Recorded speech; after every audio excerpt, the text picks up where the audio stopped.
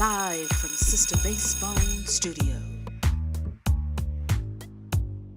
Urban Teachers Lounge is a platform for bridging the gap between educational scholarship and classroom teachers. Voices will include teachers, administrators, educational scholars, community members, and activists. Hey everybody, welcome to Urban Teachers Lounge. I'm your host, G. Fumilayo DeVoe. This podcast is unapologetically for Black teachers, unapologetically by Black teachers. The purpose of the program is to bridge the gap between educational scholarship and classroom teachers. This week, we'll be talking to a friend of mine who is a teacher, 23 years in the classroom. So just go on and grab your coffee now. Let's talk. All right, I hope you got some coffee because this is good. So you remember last week I talked about my first trip to a board meeting, and one of the big issues that came up was charter schools. You know, charter schools, what is their place in the community, in the Black community, and what are we going to do? Is it a threat? Is it a promise? There's a lot of questions that have been going around with charter schools. So today I have, I'm going to introduce my friend. We are using her other name, Felice 305. So Miss 305 is a 23-year vet in urban schools in the southeastern area of the U.S. She's been around clearly 23 years now. I'm looking at her crazy when she told me that. But I'm going to have her to talk to you. We're going to talk about an experience that she had actually last night. She went to It was last night. So she went to see this movie. Why don't you go and give us a little input on that movie you saw? Okay, so last night I went to see the documentary Backpack Full of Cash. It was being played at Open Word Ministries in Fairburn, and it's narrated by Matt Damien. And what basically they were talking about in the movie, it was showing how charter schools basically reaping the benefits from public school funding. They showed cities like Detroit. They were showing Philadelphia, cities in Tennessee who are basically with the charter schools, how they are basically just taking money from the public schools at this time. It's not working. A lot of people want to sit here and say, yes, send your child to charter school and things along this line. But they was basically talking about how charter schools sit here and give you this false hope, like everything is going to be great once you get there. And then once you get to these schools, there's no promises at all. They were talking about there's no accountability or anything along that line. They were talking about how rigid the rules are. Mm-hmm. They were talking about how many of these charter schools don't even last after a year. But where's the money? Where's the money? Exactly. So let me interject here. One thing I wanted to let the viewers know: the movie again is called Backpack Full of Cash, and there's a website. I'm definitely have this at the end of the podcast. It's backpackfullofcash.com. I wanted to read the little snippet about the film. So it says it's narrated, as she said, narrated by Matt Damon. This feature-length documentary explores the growing privatization of public schools and the resulting impact on America's most vulnerable children.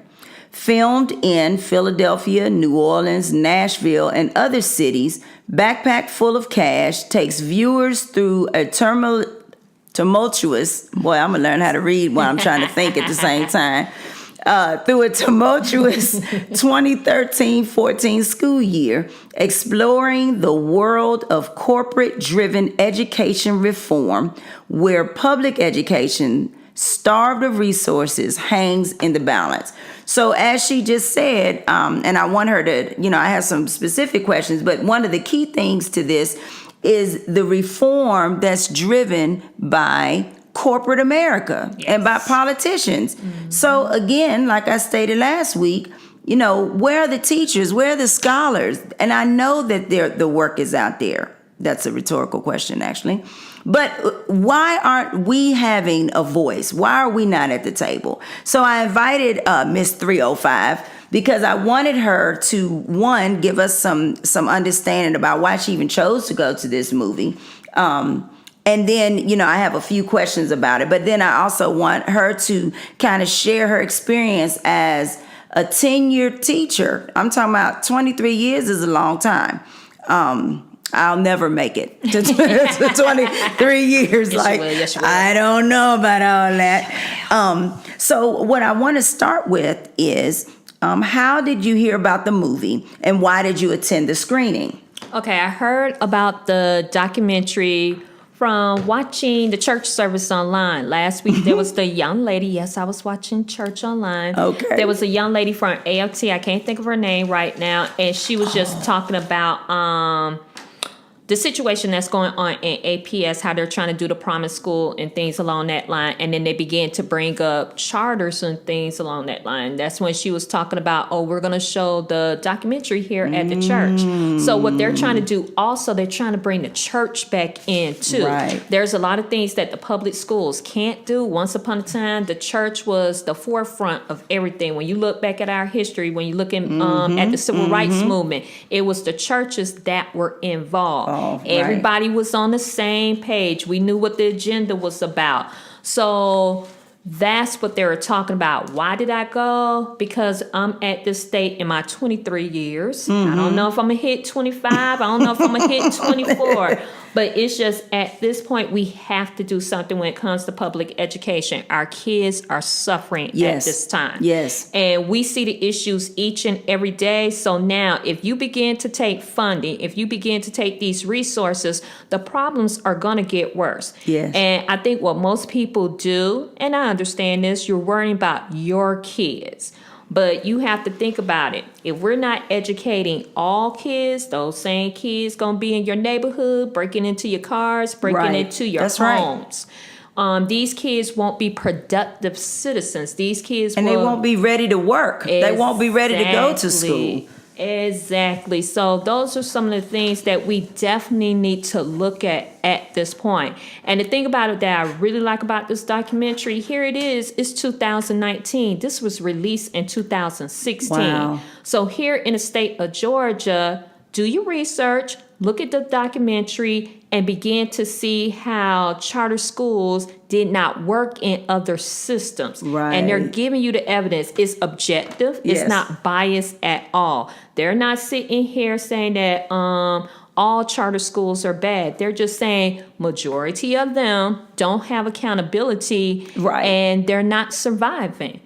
And even with that accountability, I want to add this piece, the teacher training. So what you find, and my research has shown, the teachers are not being fully trained and prepared. So the great lengths that you went through to be a highly qualified teacher. Right. I came into teaching right in 2001, and that was the catchphrase. You need to be a highly qualified teacher.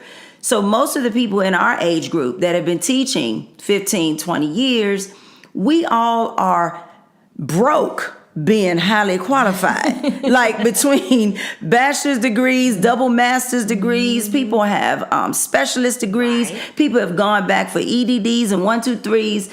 And so we are beyond highly qualified. Exactly. Yet a lot of the teachers that are sought after for charter schools are not. They're coming straight out of the classroom. I mean, the college classroom. Right into the classroom with the most vulnerable children, the kids that need the most, and they need expertise, right?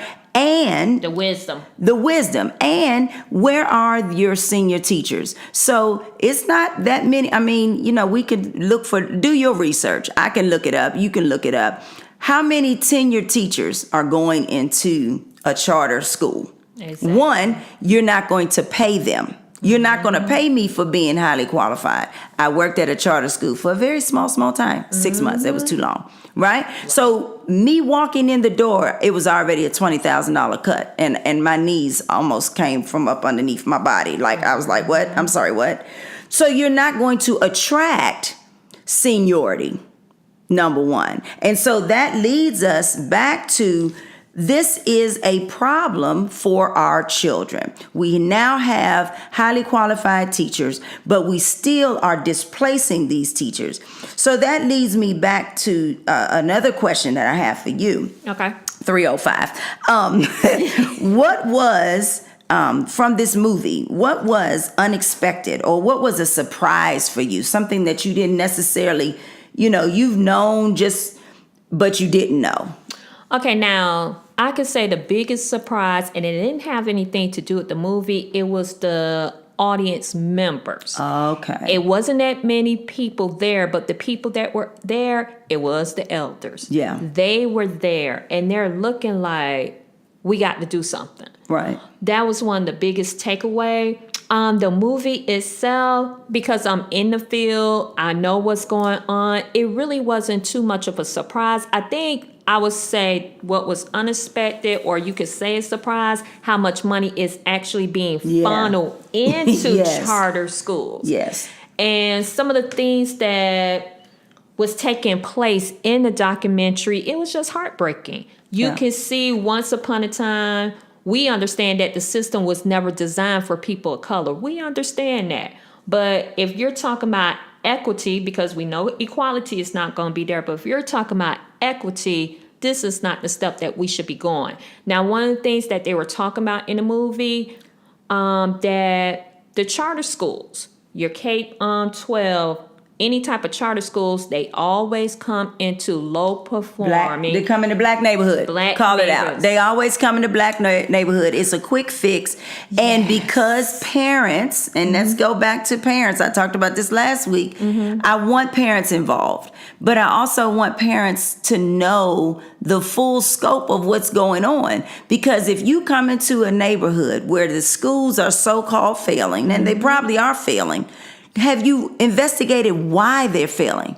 What has already been taken away? Right. The arts has been taken away. Field trips have been taken away. Money to take kids to college tours has been taken away. Right? You have to pay to do so we're moving, even public education, the amount that children have to pay to participate in sports activities or musical activities. These things start chipping away at the funding, the budget. And if you're taking money out, and I want to throw this in while I just thought about it, a lot of charter schools don't have room or policies for students with disabilities. Oh, that was one of the things that was on there that they were talking about. If you have a disability, they find a way to sit here, basically code it. Oh, this wouldn't be the school for you. Just send back to the neighborhood school. And then also a lot of the rules that are at your charter school, they're very rigid. If they say you can't have dress, you can't have dress. Exactly. You can't sit here and say, well, you violate my constitutional rights. Right. You can't do that. You kind of sign that over, I suppose. Exactly. You have some charter schools that actually still do corporal punishment. Oh, wow. You had some charter schools that are under the religious umbrella. They will sit here on the application if the teacher is trying to work there. Hey, are you sexually active? Wow. They would ask different questions like that. We know in corporate America, in the public school setting, you can't ask those type of questions. But because it's a charter school and because they're under that religious umbrella, they can actually do it and get away with it. So like I'm saying right now, I understand some parents are frustrated with the public school system. But before we're frustrated too. Yes. And we work at it. And we work at it. But before you sit here and say, I'm going to send my child to charter school, do your research, ask questions, make sure you understand what's the vision and what's the mission of this charter school. Right. And then also, data can be misconstrued. So make sure that you understand the data. They have these nice brochures. They have the pamphlets. They have all of these things, but they're still not providing a quality education. Right. Now, there was one piece in there, they was talking about K12.com. There was a young girl. Her mom took her out of the public school. She was in the 9th grade. The young lady was talking about, well, I don't like getting up in the morning. She was talking about bullying and things along that line that was taking place with her. So her mom decided to do the online teaching. The funny thing is, when her teacher came on, young lady, just getting out of college, had a young baby. The baby probably was about 5 months old, maybe 6 months old. While she's trying to teach the class, the baby is right there crying and stuff. So she's tending to the baby, but teaching the lesson. So the students can actually hear and see the baby and stuff like that. And like the young lady was saying, she was like, well, with K-12, we have a lot of young teachers who are just getting into the profession, who's inexperienced. Now, we know, and that's a problem. Because I just being a new person into the field of teaching, you really need a mentor. You really need somebody to help you juggle the complexities of teaching, because what they teach you in school, and that's another conversation.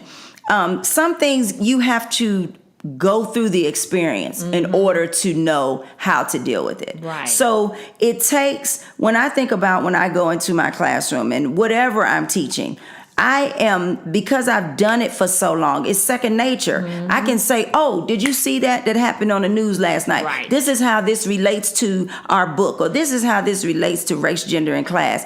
And the experience alone is being disrespected for teachers.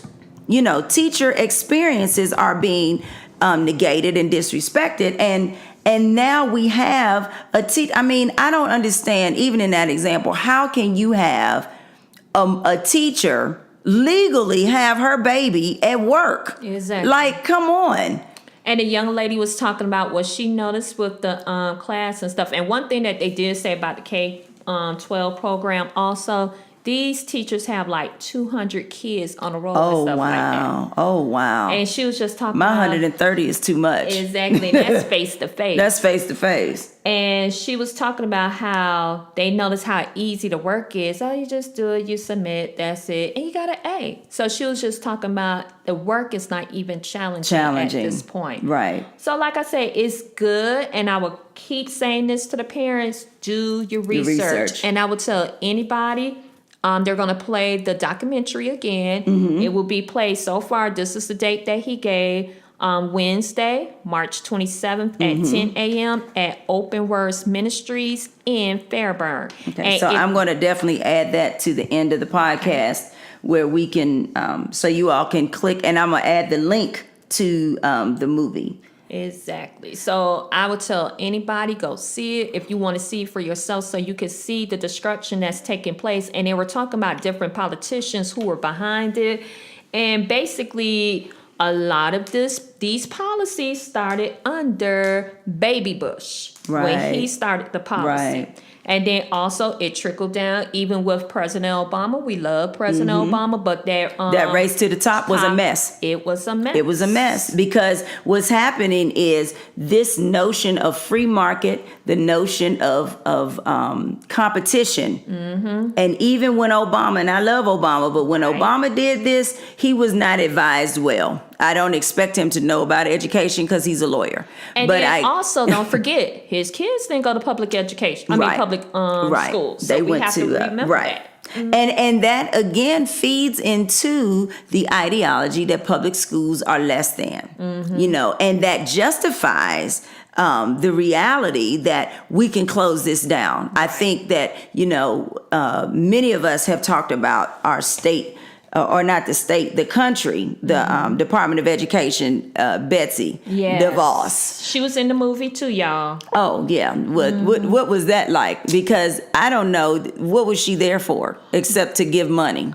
They were basically talking about how she was in there, all the billionaires were in there, and they're talking about how the billionaires, such as the Walmart family, the Waltons, they give plenty of money to these charter movements and things along this line, millions millions, tens of millions of dollars. And we already know you get some type of kickback or something. Right. It's something that you get in return because you put All this money ain't good money. Exactly. They show Bobby Jindal, the one who was running for the presidency once upon a time, how he was in Louisiana, how he changed their system with the charter system and how it's not working.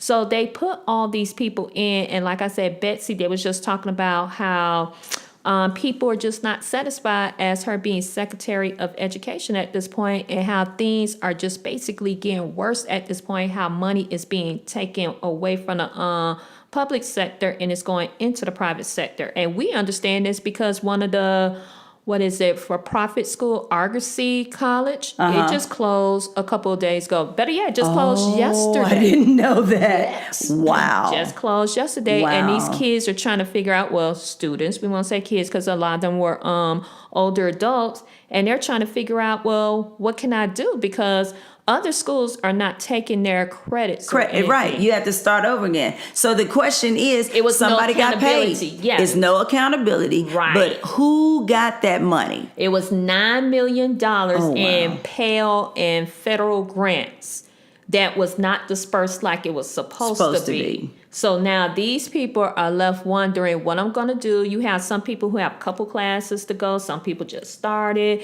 They're in their fields. They need the certification. They need the degree, whatever the case is. But now at this point, it's nothing that they can do. Right. There's no accountability. And those are the things that we have to get involved with and say, if you're going to do this, that's fine. It's going to be your choice. But here's the accountability. This is what you have to do also. Right.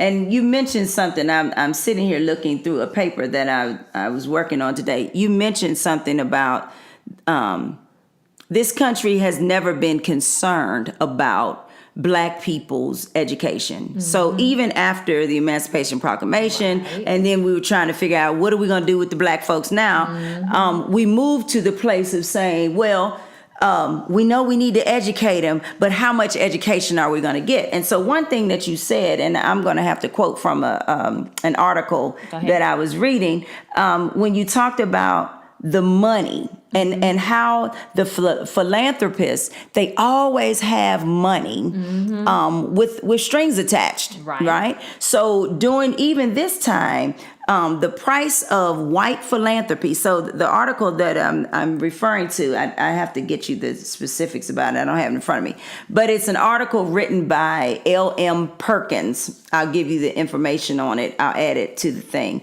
And as she talked about how the price of white philanthropy, and what was it? And there was a Black man that was a part of this. And I'm going to say this very controversial thing. And since I have a social studies teacher here in front of me, I'm going to let her jump in on this.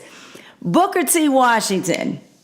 Booker T. Washington, with his accommodationist philosophy, he embraced the idea of keeping the Negro in their place. They'll be humble. They'll be servants. We're just going to educate them just enough.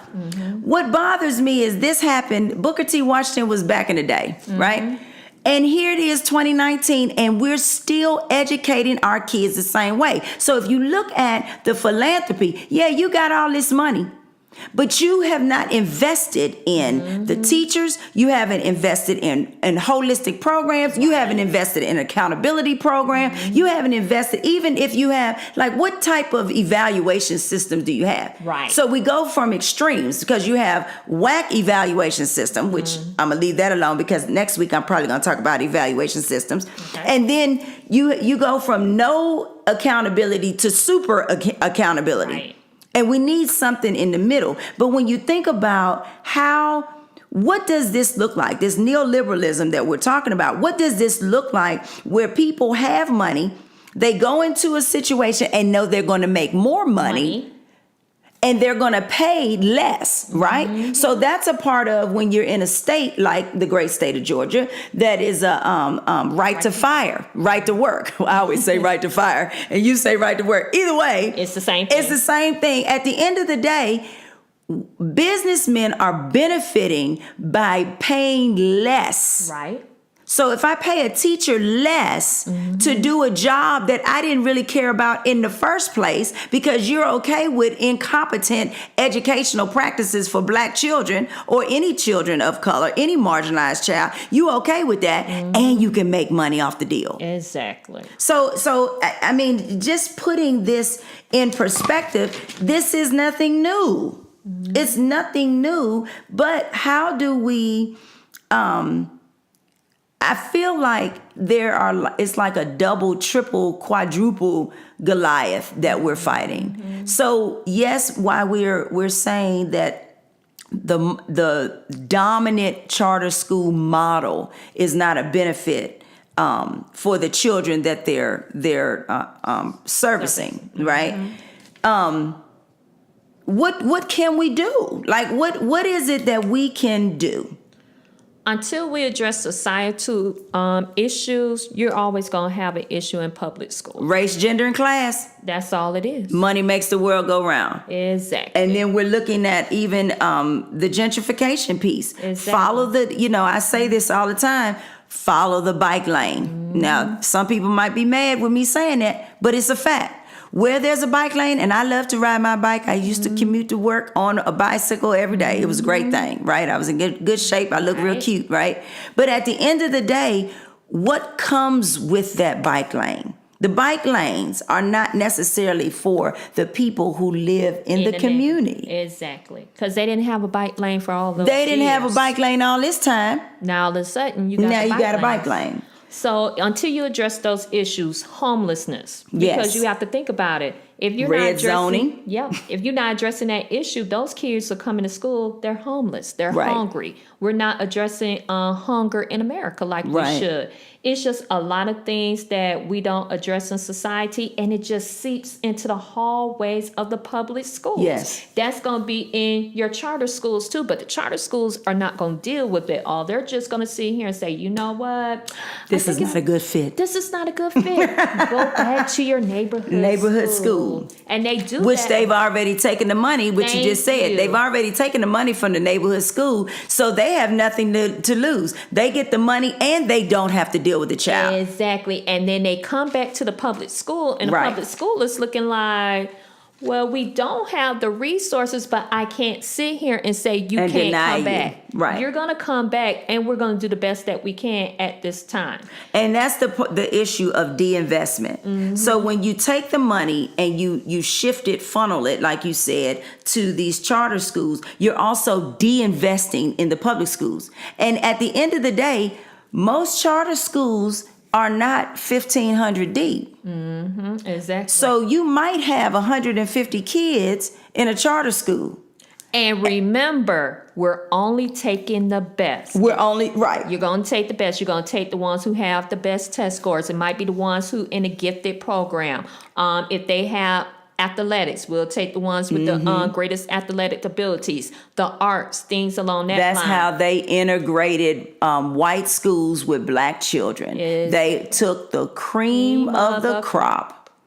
And that's what's going to happen because they have a way where they can go ahead and create these rules and stuff like that. And that was taking place in Philadelphia. You have the charter school, then you have the parents in the video, and you in the documentary, if you see it and stuff like that, the Black parents are trying to figure out, well, we don't have no Black students here. Y'all denying them, but it was a predominantly white school. So how is it predominantly white, but we're applying, but you're sitting here denying us and Right. stuff like that. So they had different ways as to how they can keep certain kids out. And this is where they can sit here and say, well, we have the top test scores, Exactly. so we're doing this and we're doing Exactly. that. And sometimes in the brochure, they're going to show that one or two Black and brown child, so you could think it's a diverse school, but Right. in reality, it's not.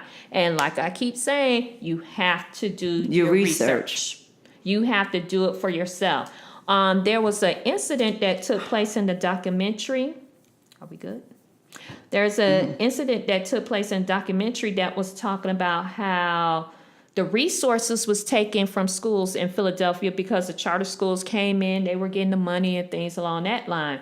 And then There was an article that they showed that one of the students died in a Philadelphia public school. The reason that he died, he got real sick while he was at school, but they didn't have a nurse at the Wow. school because they didn't have The investment. Exactly. There was no money for a nurse to be at the school. She only came certain days of the week. So you could only be sick on Tuesday and Thursday. Basically. If you're sick Monday, Wednesday, and Friday, I'm sorry. And that's what happened with him. Wow. And that's where that But money, that's what we do with social workers. I mean, Exactly. that when I've worked in buildings where you have one social worker that services about the whole cluster, or at least 3 different schools. How can you service 3 different schools when one of And those be schools is a effective. high, and be effective, and know that a high school, your average high school population is 1,000 to 1,500, and then your middle schools might be about 800 or so. Elementary school about 500 or 600. That's too many people for one social worker. Right. But this is a part of the de-investment. You don't have nurses. You don't have social workers. And these are things that our students need. The media specialist. You need The media one. specialists, every year they get rid of one more media specialist, right? And so that means you don't have a library. Well, the mentality is, they can pull everything up online. I go to a college right now where we have librarians, and the librarian is online. But the fact remains, we still have a librarian. I can pick up the phone and call my librarian and say, hey, I need this help with this. So, the cost of charter schools, I guess that's what I want to bring out here. As a Black teacher, I'm always concerned of our displacement. I'm always concerned, and I didn't even talk about this, and I don't probably have enough time to talk about it. I don't have the article in front of me. But I'm going to include an article that I read about TFA, Teach for America.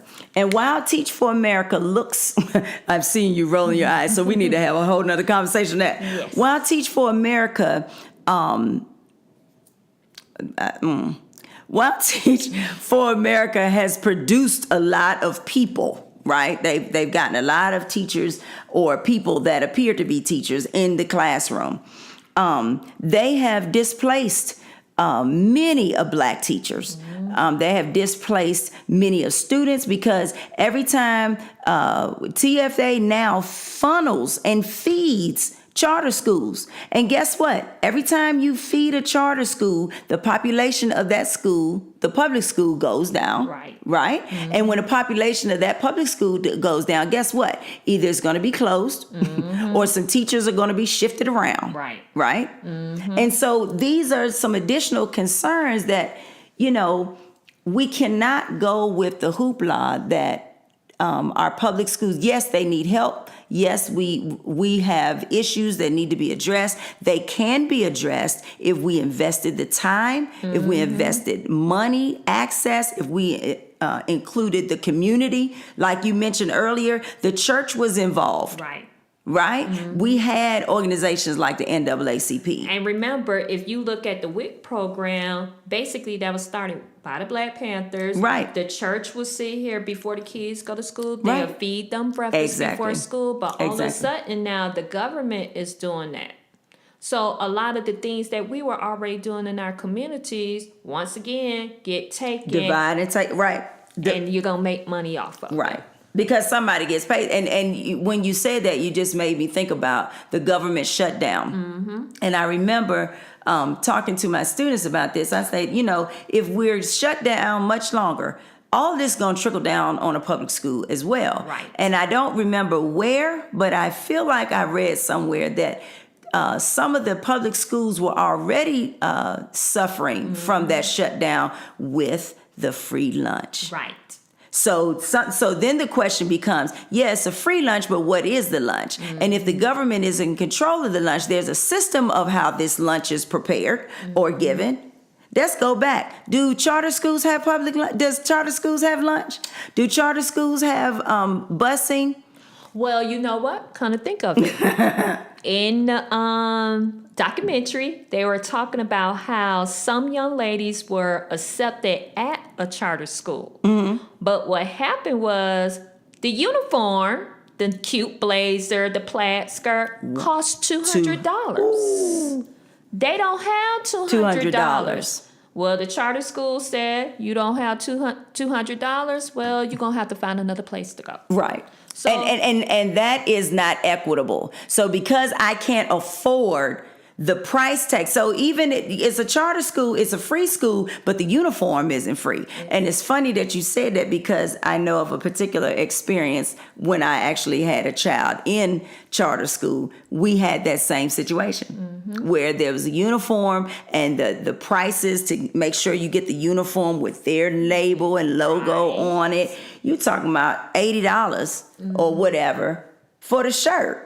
And then because you're coming into a low income area, these parents don't have that type of money. Exactly. So what do you do? So we're just challenging the idea of charter schools again. So are there any final? Actually, I think I had one more question, but I think we're definitely out of time, and I feel like we've kind of talked about it. Charter schools and the effects on the children, the schools, the communities, and the Black teachers. So I think we kind of covered that. And also, don't forget, if you put your child in charter school, remember, there's no transportation most of the time with these charter schools. Right. Some charter schools offer it. And then another thing, what you have to think about also, when those charter schools come in, remember with your public schools, if that neighborhood shuts down, and if that child can't go to that charter school, he has to go to another school. Now, there was an incident in a documentary also, Hispanic little boy, their school closed down because a charter school came in, but he couldn't go to that charter school. So he had to go to another public school that was 30 minutes away from his home. There was no bus transportation for them to pick him up because there's no funding in public school at this time, because those resources went to the charter school. Exactly. Wow. So he had to walk 30 minutes, and we're not talking about a little safe neighborhood either. Right. And his mom, it wasn't completely gentrified. Exactly. His mom couldn't take him to work because she's working 2 jobs. The sister was working, so he had to he had to walk to and from school, and that was 30 minutes. And we're talking about Philadelphia, so you can imagine when it's cold, when it's raining, things along this line. That's what he had to do. So once again, do your research. Do your research. Well, definitely, thank you for coming. I'm definitely going to have you, Miss 305, back on the show. I hope that you all got something out of this. I'm so glad you were here to listen to our show today. Hope you share this podcast with your community of teachers, scholars, activists. Love to hear from you. Follow me on Facebook, Instagram, Podomatic, YouTube. And guess what? I just opened up a Twitter. So I need some followers on that. Leave your comments and suggestions until we meet again. Thank you to Miss 305. Yes. Until we meet again, peace, power, and progress.